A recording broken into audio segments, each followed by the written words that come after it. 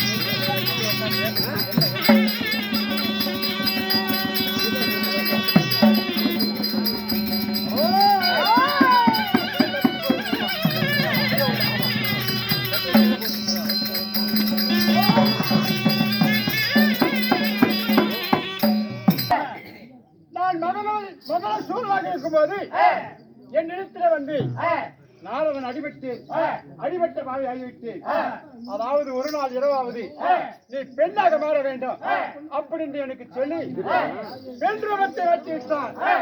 அதை வைத்து நான் மதனவல்லியாக இருந்தேன். உண்மைதான். மதனவல்லி இடத்துல வந்து விதிசூரனாகவன் ஆசைப்பட்டு ஒரு நாள் இரவு தங்கியிருந்தான். அப்போது மதனவல்லியை அரண்மனையில் இருக்க நான் மறுபடியும் சூரனாக மாறினேன். மதன் அப்படி மாறி அந்த விதிசூரனை மடித்து விட்டு இப்போது விதிசூரன் மரணமாகிவிட்டார். அதே சமயத்தில் வருவார் மதனவல்லி.